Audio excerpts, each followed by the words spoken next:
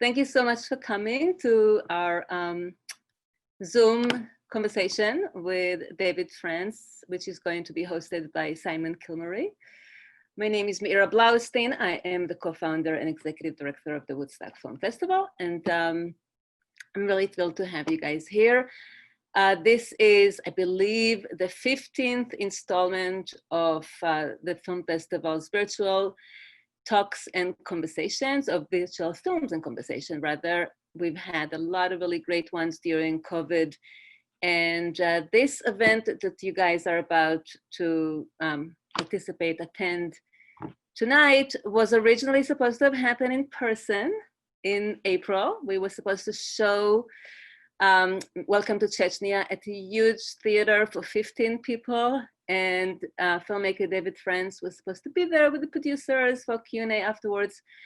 The event was generally sponsored by Mulberry and Astor and promoted by Hudson Valley LGBTQ Community Center.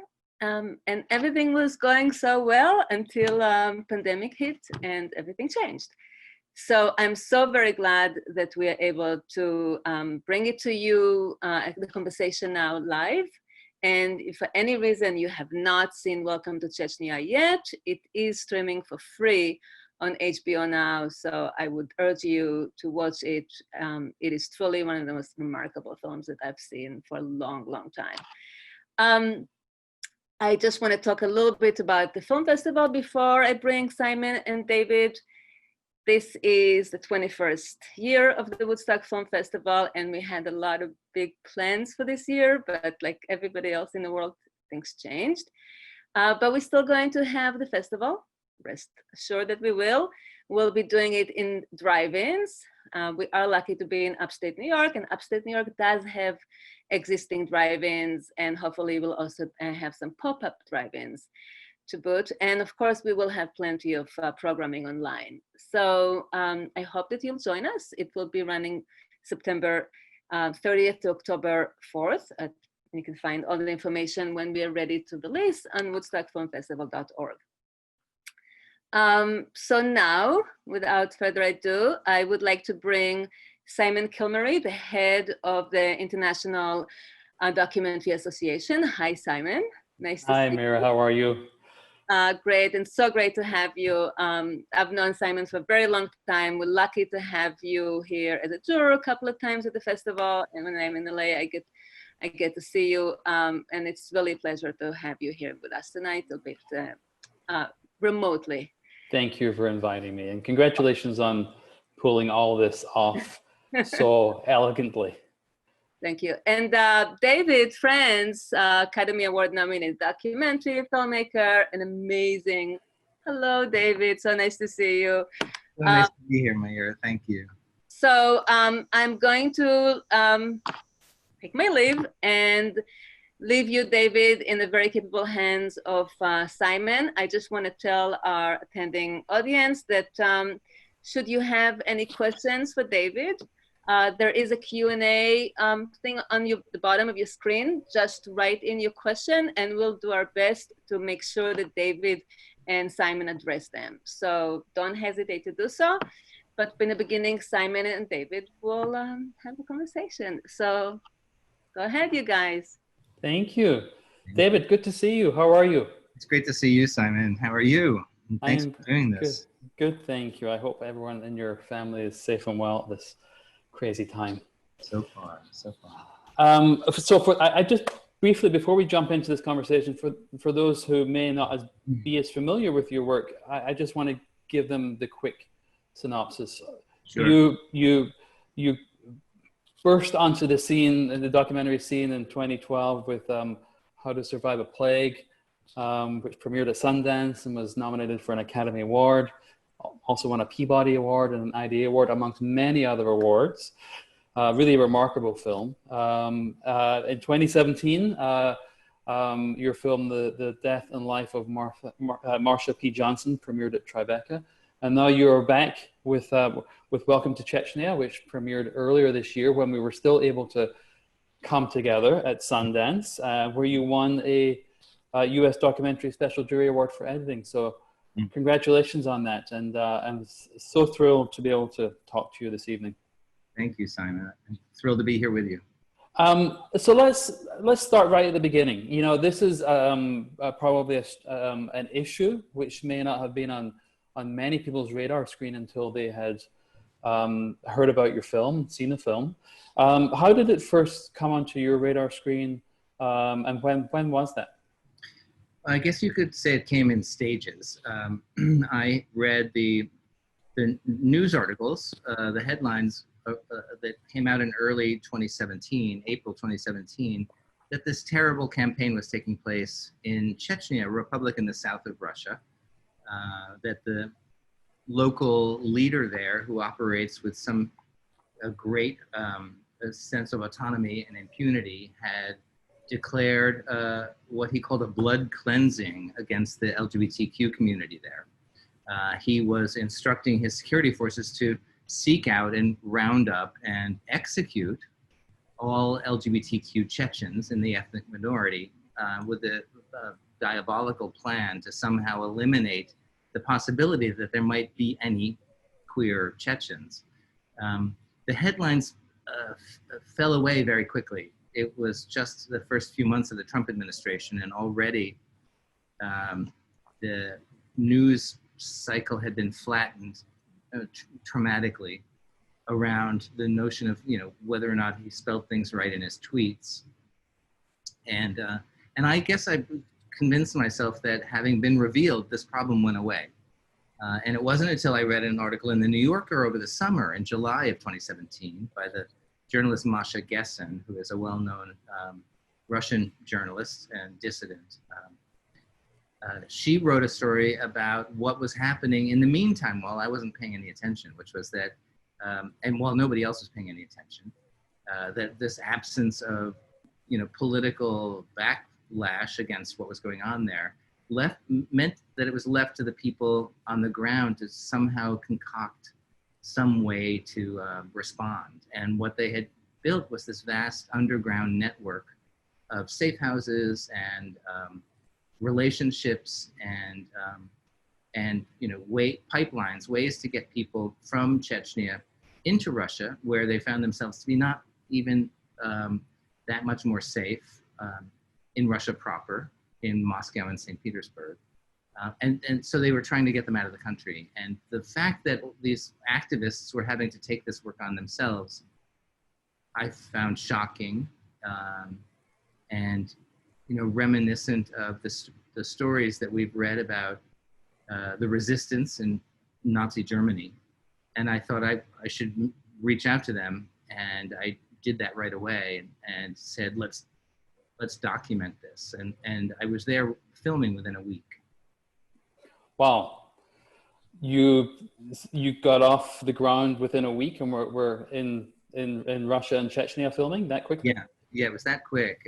I went for a weekend. I thought I'd do a fact-finding mission and to introduce myself to people, and just everything was happening. And and I stayed for a month with enough clothing for a weekend. But I just couldn't not capture it, and they so desperately wanted the world to know what was happening that they just opened up everything to me. Wow. How did you so quickly assemble a crew and a team to work with on the ground, and how big was that footprint in a very kind of sensitive space, right? The first rule that I was told when I made contact, we had an encrypted video call before I traveled. They said, well, the one thing you can't do is, you know, bring a film crew.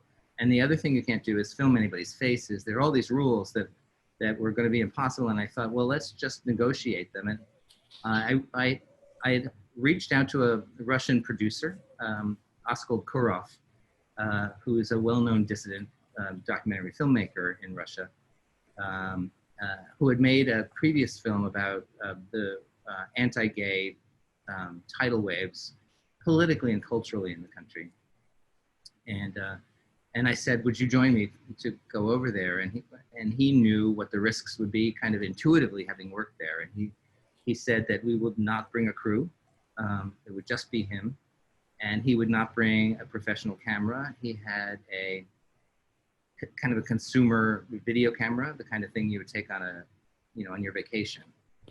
And he could throw that in his backpack. And he had other methods for recording sound, non-sync sound. And so we went over with this little bag full of tricks, and it was just the two of us. And it was never more than that. Sometimes if he couldn't make it, or if we felt it would be best to have a female shooter, he substituted himself. But it was literally just me and one other person. And I was shooting kind of a B camera on my cell phone. So you have a community in a very, very vulnerable situations who don't want to be filmed. You're there with a consumer grade camera and your cell phone, but you're still filming. And how did you go about winning the trust and the faith of the people whose stories you're telling here?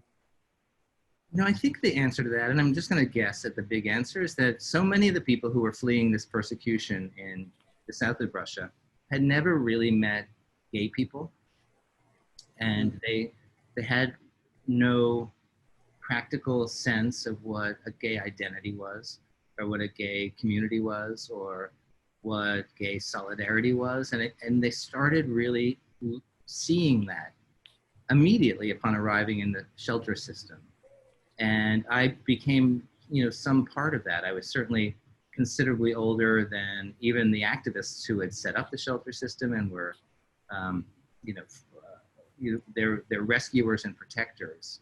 And I think that I think that they started seeing me as a kind of an elder, if you will, who could obviously understand them and see myself in them, and they felt a kind of connection that way. So I think that there was a personal kind of moment for them of attachment to this idea of a gay identity that certainly helped with me and with Osgold both to gain their trust. But more than that, we were very direct with them. We said, we would like to film your face, not to film you in shadow, because we want to know what this journey is like for you, what this experience is like for you, what it feels like to have been through what you've been through. I wanted to read their emotional journey, and in some way they all understood that. But I promised them that I would find a way to disguise them to what we were calling the highest standard, which was that even their mothers wouldn't be able to recognize them, and they trusted me to try and find that. So we signed contracts with everybody. We said, and there was a checklist on the contract. Do you want your face covered? Do you want your voice changed? Do you want your name changed? Do you want and they filled in each one of these things. It was a very detailed kind of a release that we offered them. And they trusted us to be true to those commitments that we made. Obviously, we're going to spend a little bit of time talking about the techniques that you use to ensure that safety and how you arrived at that particular process. But before I do that, I just want to remind people, please if you have questions, please put them in the Q&A, and I will weave them into the conversation here. But one that is here from my friend Lisa Lehman here in Los Angeles, who's asking about what other ethical questions around telling their stories did you encounter without endangering them? Besides the kind of physical, reality of their faces, their voices, were there other considerations that you had to take on board? Well, the thing we kept asking ourselves was, is this consent form that we're asking people to sign, is it informed consent? Do they know what it means? Can they anticipate the future? Can they really know and understand the risks that they're taking? And that was something that became more clear to us through the process of filming, after we had already had written consent documents with everybody. So we kept revisiting it with people, like, what are you worried about? What are you afraid about? Like, certainly what everybody thought was that no one would see the film. And so I said, well, what if everybody sees the film? Like, what if everybody in the world saw this film? What would concern you about your appearance in the film? And that opened up a kind of a deeper conversation, I think, with many people about, you know, aspects of their life story that they were worried about, that they felt like even if they appeared to be Bugs Bunny, if that was their life story, people would figure out who it was. So we talked to people about editing certain aspects of their you know, own narratives in ways that would help protect them. And then we also promised that we would circle back to them even after they'd gotten away and were building a life somewhere else, that we would circle back to them with the footage, and we would get their approval for how we were handling it. It was, I guess the biggest ethical concern for me was that I might know more about what the film could do both positively and negatively for them or to them than they might be anticipating. And so we worked really diligently on that. Mm-hmm. So let's talk a little bit about the techniques you used to protect them. And there was a very problematic, at least a problematic headline in the New York Times where they talk about the use of deep fake technology. And I actually don't think that's what you're doing here, because you signal from the very beginning and throughout the film that you're using a technique here to protect people. You're not trying to mislead people. And in fact, we see a wonderful moment where the German television team is doing exactly the opposite, is keeping people in the shadows, keeping them hidden, which is what, you know, the techniques have been up until now. But you from the very beginning knew that you had a challenge here to somehow retain the expressiveness of the human face, to bring us closer to their stories. What techniques did you try, and how did you, what was the iterative process to get to where you ended up within the film, which is pretty astounding, I have to say, really, really astounding. Well, the idea that I brought with me was just the simple rotoscoping solution. And I had a couple of days before flying, so I'd spent some time, you know, on YouTube and, you know, just searching the internet to see what that looked like. And I found some examples of how this rotoscoping technique carves a form, the human form, out of the shot frame, and then filters it and makes it look like a cartoon or you know, some other filter. And that's what I brought to show to the people in the shelter. I said, I'm going to make you into a cartoon. And they thought that was pretty cool. And part of their immediate response to that was how young so many of them were. And I think the idea of becoming cartoons was really appealing to them. And so literally my promise to them in this document was that I would cartoon them. And when I returned to New York with the footage and we began to reach out to VFX people and to experiment with that, I discovered that the cartooning doesn't really disguise them. It caricatures them. It makes them look like more like themselves. You know, the little nick in the ear becomes a big nick in the ear. The very uniqueness of their characteristics are amplified in this cartooning method. We then tried to stretch and pull and use other After Effects techniques to increase, for example, the size of their eyes,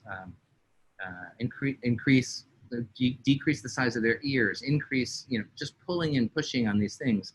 I didn't want to leave the area of them. You know, I didn't want to take them out of the frame and replace them with an artist's interpretation of them.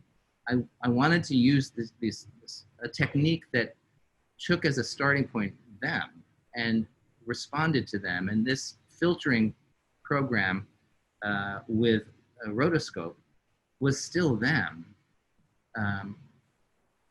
driven by them. Was their eye movements controlled the eye movements, their mouth movements controlled the mouth movements. But I couldn't get away from this idea that their mothers would recognize them, that high standard would be breached. We added some extreme filters, some big,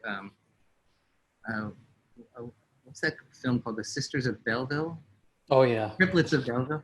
So we like Triplets of Belleville them, like we did all of that stuff, and then they just were no longer relatable. And so then we moved from that to try things like standard black bar. Then we thought Snapchat teaches us so much about how you can wear artificial AI glasses. So we tried that. We tried the bunny nose and ears, all of which were just taking away from the real essence of the story that we were telling. We tried masking people. Like we had developed this entire language of masks. There was the Ninja Turtle mask, and there was the stagecoach robber mask, and so we tried all of these, the Batman mask, because I knew you could see people wearing those masks in films and still follow them and still understand their journeys, but that technology wasn't far enough along. We could only really hold that mask on if the face was looking right at the camera. If it turned like this, it would drop. And that's the use of artificial intelligence at its most entry level. But that introduced us to the idea that AI might be our friend. And we didn't actually start thinking about deep fake and how to turn that on its head.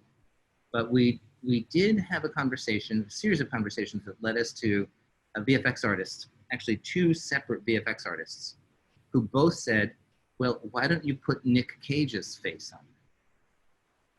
And it turns out that it's a kind of a thing that people do, that there's enough Nicolas Cage on the internet that you can gather up all the angles of his head and use that to glue on somebody else. So that's the test that they gave me. Was like they turned Grisha, the main survivor in the film, into Nicolas Cage, which was pretty fantastic and made me laugh. And I thought, well, if we can do that, why don't we? Could we do that throughout the movie? And one of those VFX people said, yes, and it'll be like $20 million and 6 years. And this other guy said, well, let me try it. I think I can do it in a way that doesn't require handwork, that's based in machine learning. And that's the route that produced the film that you see. We have 23 faces that are covered in the film, using the faces that we recruited in New York and elsewhere of activists who have already been on the ground being activists around Chechnya and other humanitarian crises, and asked them if they would lend us their faces. We sucked those up into a computer, into an algorithm, and then just pixel by pixel painted their face over the top of the face of the people in the film. And it's a perfect disguise. I mean, it eliminates the identity without eliminating the personhood. And that was our goal from the start, and we really had no reason to believe it could be done. And there it was. It was the day that we realized that we could do this, like, we wept. We thought, we are actually going to be able to bring this movie out to the world. We're actually going to be able to tell this story in a way that all those 23 people will sign off on. And of course, the way that the techniques renders itself within the film is there's a slight halo around those faces, so you know as a viewer that person's been disguised. It's not misleading them, right? That was intentional. Yeah. We added that because we did not want to mislead, and in fact, we wanted you to know that people were hiding, that people were telling stories from behind a scrim that represented the danger that they were in. And yeah, so we had to go back and actually kind of undo some of the perfection that Ryan Laney, who was our VFX star, was able to concoct through this process. Mm-hmm. And Brian's is he with the Dartmouth Empathy Lab? No, he's a big Hollywood guy. He's okay. like all the Batman films, and like he's done a bunch of like stuff that didn't really speak to him, although it put him on the map as a VFX supervisor and artist. And he was so moved by this story and moved by the idea that he could use video effects to do something that served humanity. Mm-hmm. That he literally gave me a year of his time doing nothing else to protect these people who otherwise couldn't tell their stories. And if it weren't for him, they'd still be silent. And a question from Robert Greenwald here, asking to expand on that, to kind of talk about what your hardest creative challenge in production was, as well as in post. That's interesting. The creative challenge certainly was how to do this thing, but the cornerstone of that was there is a character in the film, as our audience tonight has seen, who goes public 2/3 of the way through the film. Mm-hmm. And we debated about whether or not to give him the disguise originally and to take it off when he goes public, and whether or not that would be heavy-handed. And I think that was our kind of a biggest debate. The thing that took us, to the well over and over and over, was to try to determine how to handle him. And in the end, we decided to treat him like all the other survivors who were hiding while he was hiding. And that was, I think, the riskiest of our kind of creative crossroads. Mm-hmm. It's a remarkable moment in the film when he's at that press conference and you see his face, his own face revealed. It's really such a good decision because it works so well within the narrative. By being at the press conference, he's reclaiming his identity, and then you're allowing that to come through on screen too. Yeah. I want to talk about there's some incredible, what feel like incredible high risk moments in the film. Anya's getting on the plane, or meeting her in the restaurant. You're in the car when your passports are being examined by authorities. Talk about navigating those moments for them, and also for you as this Westerner in a situation. I'm not sure if you're in all those scenes filming, but I'm sure you're in some of them. I am. We plotted these shoots out like they were, secret missions, and they were secret missions. We rehearsed them, we scripted them and rehearsed them over and over and over. Not just me and my DP, because we were just the two people, but with the activists also. And we had an outside security firm that ran these rehearsals for us. And in the instance of the extraction of Anya, the script went like this. Two old family friends, both women, were going to meet Anya and take her dress shopping. It gave an explanation for why a young woman was getting in a cab, which is something that needs to be explained in that culture. And it allowed them some purpose for their journey. I was traveling with Steve, who's in the film, and his partner in crime, Veronica. They were supervising the extraction, although at no time in the Republic of Chechnya did we interact with the two older women who were meeting Anya and so their cover story was separate. One of those women was my DP for that shoot. She's a well-known cinematographer, documentary. She is the top documentary cinematographer in Russia. And she dressed in hijab. She was carrying a GoPro in her fanny pack. And they were sitting across the restaurant from us. And I was sitting with these two Russians, and our narrative was that that I was a rich American who had snagged them off the streets of St. Petersburg and convinced them with great sums of cash to be my tour guides through Russia and translators. And they were relatively unwilling to do this, but really hungry for the money. So those are the stories that we rehearsed over and over. I was shooting everything on my cell phone, selfies, and just stupidly recording my, extreme tourism trip through the North Caucasus. And we had actually gone a day early so that I could fill my cell phone with those images, so that in case I was stopped, I could show this evidence of my campaign to be the goofiest rich American tourist ever. And I had a second phone that I was using to shoot the extraction itself. It was that phone that shot the checkpoint stop when we were stopped. I was holding that phone between my knees in the back seat of a cab. Oh. And I was detained at that checkpoint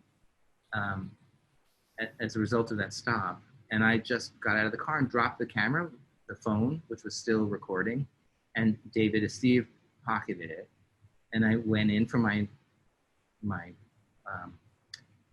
questioning with Veronica, who translated for me, and rolled her eyes at my lunacy constantly. But I had the other phone with me to show exactly what I was photographing and exactly why, the evidence of my being a tourist. What we lost right there was the car in front of us. We had been following Anya in her car. That got through this stop, the checkpoint, and we got stopped, and we were very nervous about that car. But my producing team back in New York had a GPS locator in both cars, so that we were able to follow both cars. So we knew we were able, once we got back in our car, we were able to radio to New York and find out that that other car was allowed to go through. And we were able to catch up with that car and get to the airport together. So the whole thing was like this kind of global operation to not only rescue Anya, but to get those images out of there. That must have been pretty terrifying at that moment. I was so well rehearsed, Simon, that I wasn't scared. I mean, the activists might have been scared that maybe this won't work, but I just kind of laughed through the whole interview because that was the character I was supposed to be. Somebody who was.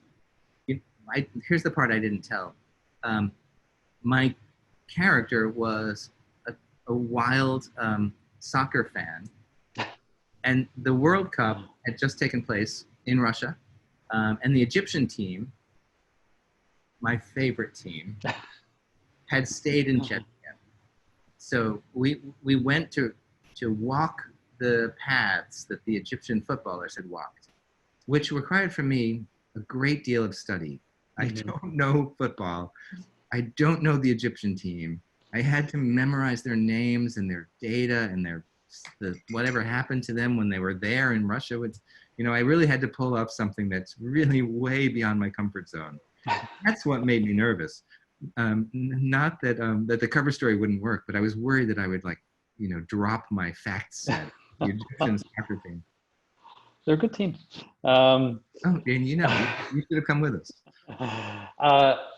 Just a follow-up from Robert Greenwald, and he's also asking, just speak, if you could, briefly about the editing process, how long it took, how much footage did you have, what was, take it a little bit into that scene. And also I actually want to talk about security in that process, because I know that was a great concern for you, of making sure that what you were working on was kept very tight. We didn't have a huge amount of footage. We had maybe 400 hours of footage. Oh, shot over these 18 months with double cameras. The edit itself took just about a year.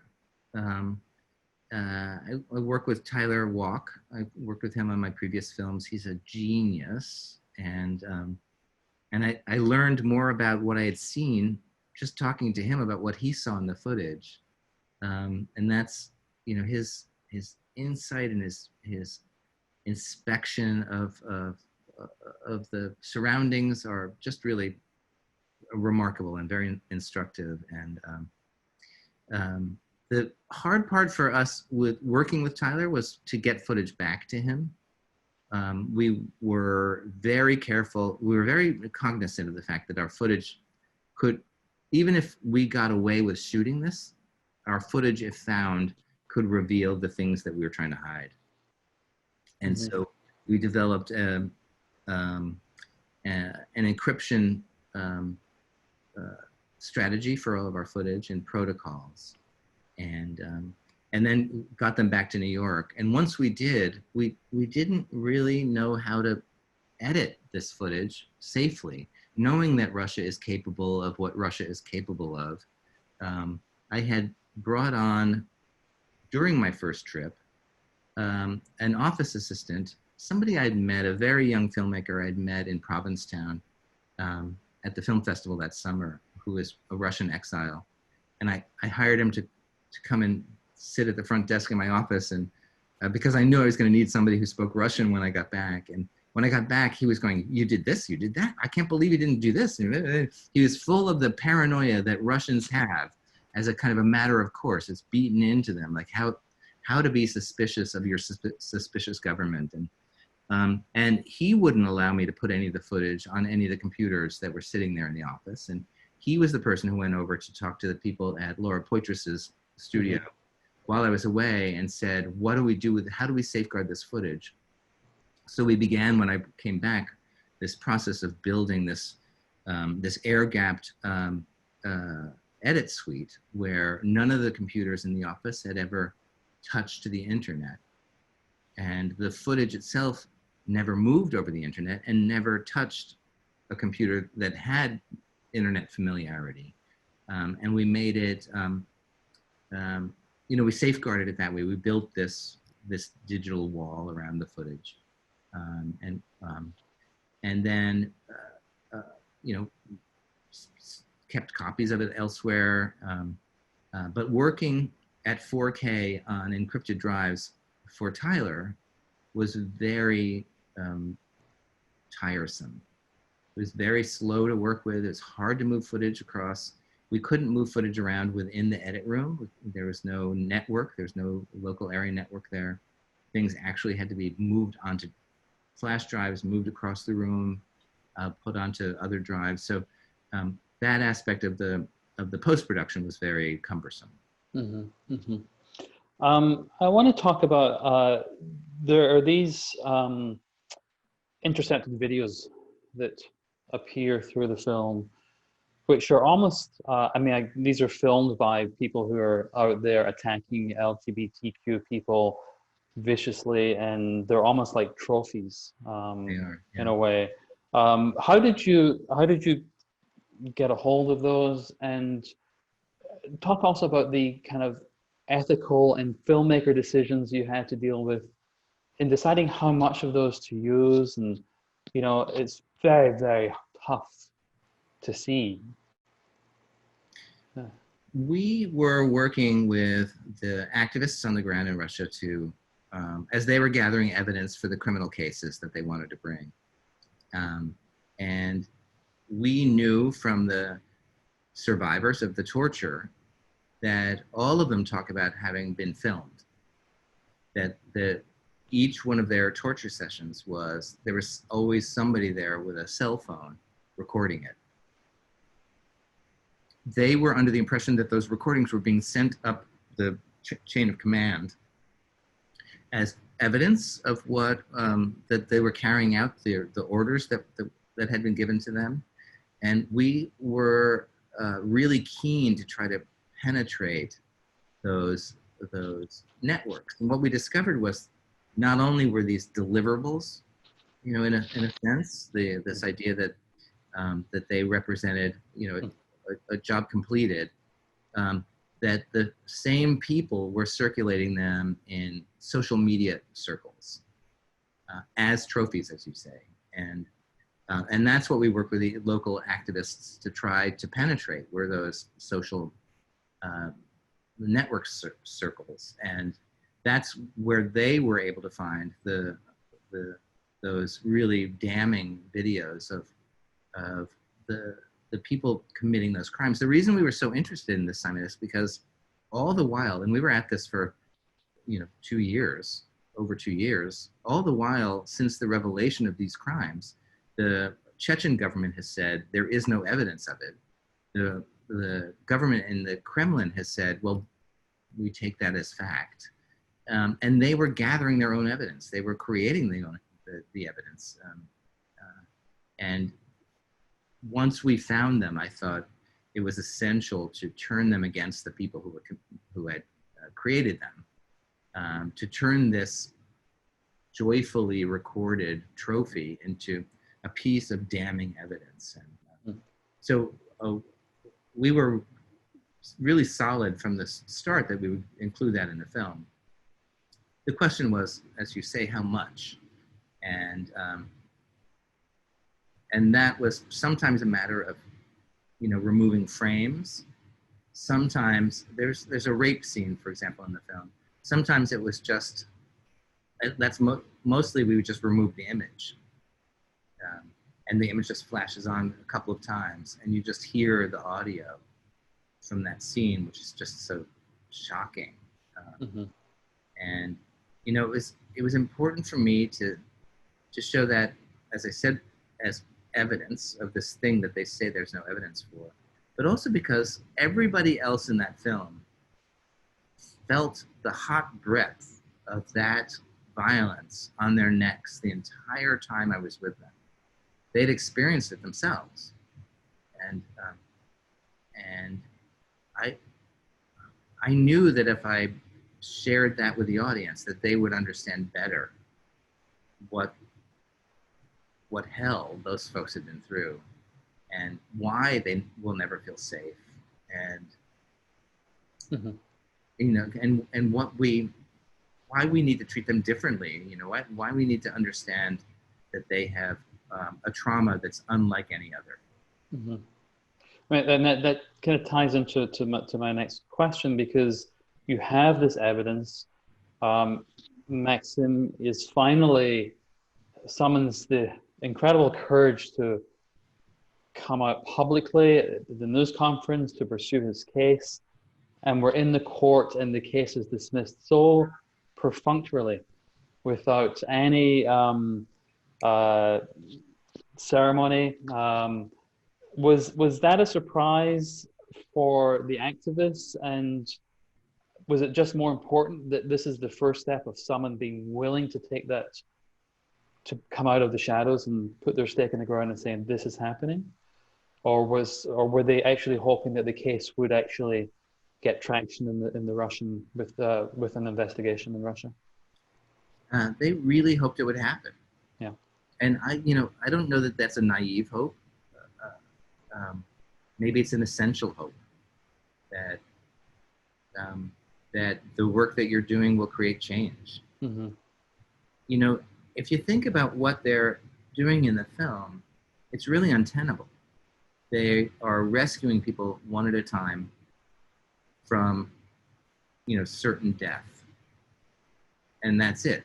They're not changing anything. If they believed that there would be no change, they couldn't sustain that work. There are, you know, by conservative estimates, tens of thousands of queer people still alive in Chechnya, hiding in plain sight. You can't rescue every one of them. You need justice. You need victory in the courts. You need victory in the hearts and minds of the Russian people. You need change. That's the only thing that's going to make their work sustainable. So yeah, they believed through some necessary faith that it would work out. Mm-hmm. So the film is out, and I'm curious if it has been. You've all of the people in the film have seen it, but has it been seen more widely in Russia? And this also kind of comes from a question from one of our viewers here about whether you or they are concerned about any repercussions from the Russian authorities. First question. The film met an incredible thirst in Russia that I wasn't anticipating, but that was my fault. The activists certainly anticipated it. The trailer dropped some 6 or 7 weeks ago, and had over 1 million views in Russia within 24 hours. Oh. Like crazy. And I thought, what the hell is going on? Like, I thought it was going to be really hard for us to find the Russian audience. You know, it's impossible to distribute a film in Russia that hasn't passed the censors board. You need a license to show a film in Russia. And I thought, you know, how are we ever going to find the Russian people with this film? And it dropped on HBO on the 30th of June. And by the next day, it was bootlegged all over the country. Wow. It's now number 6, I think, of the 6th most popular film in Russia. All from this black market distribution. It's been really tremendous. Like the people, you know, we have companies that are still trying to sell distribution rights in that part of the world, who are sending cease and desist letters, and they keep closing things down and closing down links, and because they're ungeo-blocked, these links that people are putting these things on, and so people have been writing to me saying, please don't do that. Like, please let us see this film. You don't understand how important this film is for us. And so I'm really pleased that we found Russia. Like, we found the Russian audience. And we're still hoping for commercial distribution in Russia. We think we have something figured out that's going to make it even more of a juggernaut, I think, there. But yeah, it has become like, it has made people famous in Russia in ways that, you know, blockbuster films have been able to do. Amazing. And what about the repercussions that you or any of the folks in the film might be dealing with? We have been very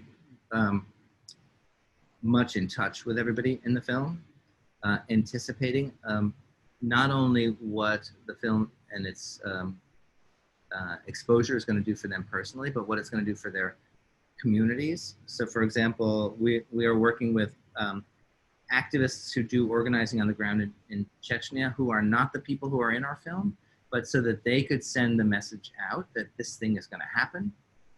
This thing is going to be kind of have a nuclear impact culturally in Chechnya. And, you know, be ready, be prepared, take, you know, appropriate actions. The feedback that we've gotten has been, yes, we know that for a period of time, this is going to make things really rough here. But we can't continue going the way we're going. And we really did take the measurement of the sentiment in Chechnya among the alternative communities there, not just the queer communities. I mean, it's wrong to use the word community because that doesn't really exist there, but through the contacts that the progressives have in the region, in the Republic, there has been a general kind of gritting the teeth saying, you know, it's going to be like, you know, it's going to hurt, but it has to happen. You know? It's like battlefield surgery in a way. we haven't heard that any of the people that we're in contact with have had any ramifications since the film has come out, so we've been very relieved about that. We just heard today about the extraction of one person who appears in a minor way in some of the footage, who had been targeted because of that, and he had been in deep hiding for the last period of time, and he's out now. He got out this afternoon. Wow. But he was the one that we were really worried about.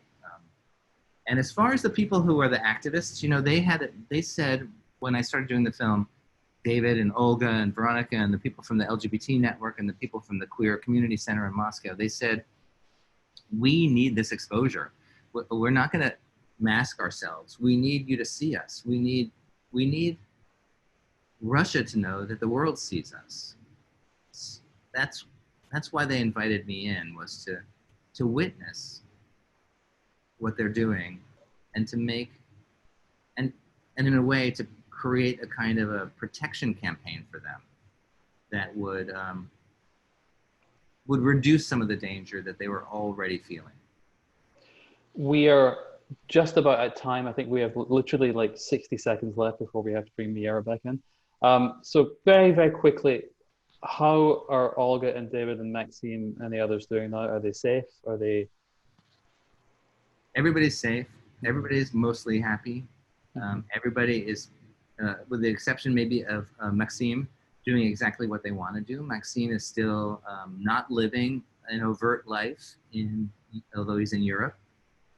He is still the target of a great deal of kind of political intrigue from Russia. All the people that you mentioned have been listed on a kill list by a shadowy organization that is responding to the leadership in Chechnya, that is aiming to execute the people who are doing this work in a very prominent way. David and Veronica and Olga, you know, they have come through a crucible and they understand that this is what might happen. I mean, not that the assassination will happen, but that they'll be called out that way. Maxime is sensitive.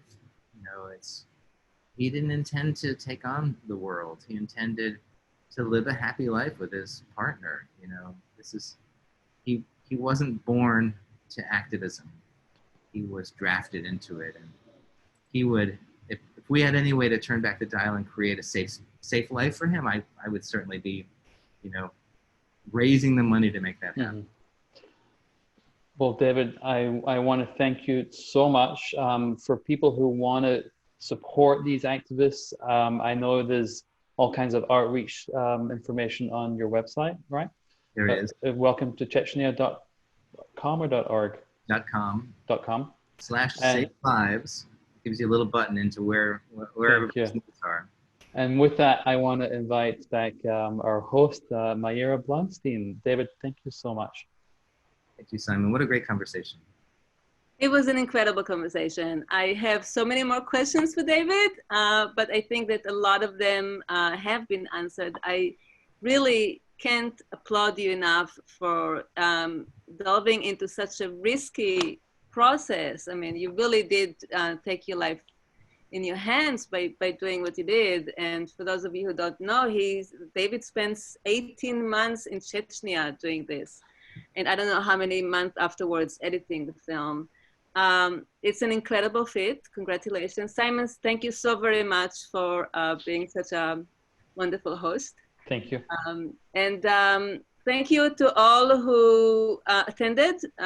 I hope that you have been inspired and also learned something. And if you haven't seen Welcome to Chechnya, please do watch it. Again, it's available to stream live for free on HBO. And stay with the Woodstock Film Festival. Check out our activities. We have a lot of things coming up. This Thursday, we have another virtual film and conversation happening on Zoom with a bunch of students who took a free youth film lab with the Woodstock Film Festival for the past 3 weeks. And they made 10 wonderful short films that you can watch and then talk to them. And if you are in the Hudson Valley, we're doing a bunch of drive-in events, so come and join us. And of course, at the Woodstock Film Festival, there'll be a lot of great things. Thank you to our sponsors, Mulberry and Astor, and to the Hudson Valley LGBTQ Community Center, and to David and Simon. Have a wonderful evening, everybody. Thank you so much for joining. Thank you. Good night. Thank you, Meira. Good night, everyone.